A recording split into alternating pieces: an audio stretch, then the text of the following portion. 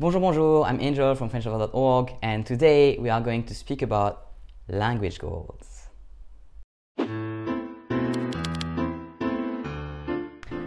So, if you read language blogs online, you might have seen that many language learners share their language goals periodically. For example, I do it as part of the #ClearTheList link up, which I co-host with Lindsay from Lindsay Dance Languages, Shannon from Eurolinguist, and Chris from Actual Fluency. And so you might be wondering, what is a language goal? Simply put, a language goal is something that you want to achieve in your study. It could be pretty much anything from learn 5 new words a day to take a C1 exam at the end of this year. But why do we set language goals? And more importantly, why should you set language goals? There are many benefits to setting language goals. First off, they give a direction to your study, they help you stay motivated and consistent. You don't even have to share them with anyone. It could be enough that you just write them down for yourself.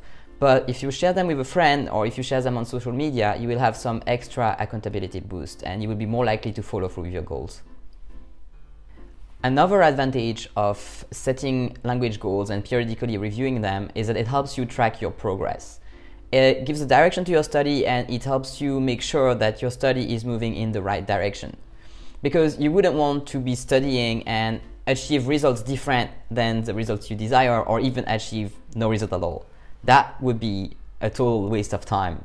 So if you set goals and you review them periodically, you are sure to avoid that. Last but not least, setting and achieving language goals gives you a very good self-confidence boost.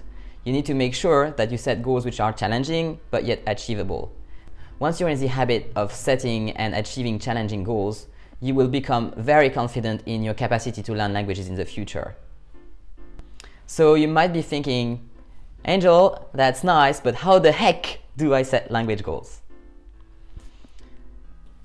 Well, this is a very simple process. It comes in 4 steps, and to start with, the most important thing about language learning is that you must know your why. You must know why you are learning a language. I created this video about the one reason or the one thing that makes the difference between language learners which are successful and those who are not. And if you have not watched it, I totally recommend it to you. It's really eye-opening to see that, yeah, the one thing which makes the difference between those who will be successful and those who won't be successful is how strong of a reason you have. So first off, your first step to setting your goals is knowing why you're studying a language. And then on the second step, once you have a clear reason to study, you must know roughly what the outcome of your study should be. Meaning you know if you're studying for traveling, if you're studying for work, if you'll have to write emails, if you'll have to read documents, that kind of thing. You need to define the rough outcome of your study. This is your big goal, your ultimate language dream.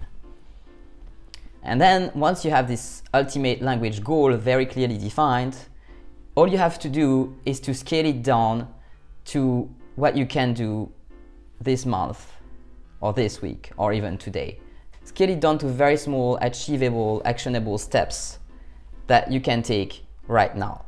So just think, okay, what can I do this month to achieve my goal later? What can I do this week to achieve my monthly goal? And finally, what can I do today? What is one small step that I can take today to move closer to my language goals? And then you do it every single day you take a small step, and that's how you progress towards your goal. That's how you become a successful language learner. And finally, a very important thing, once you have your very small goal, you need to make sure that they are specific.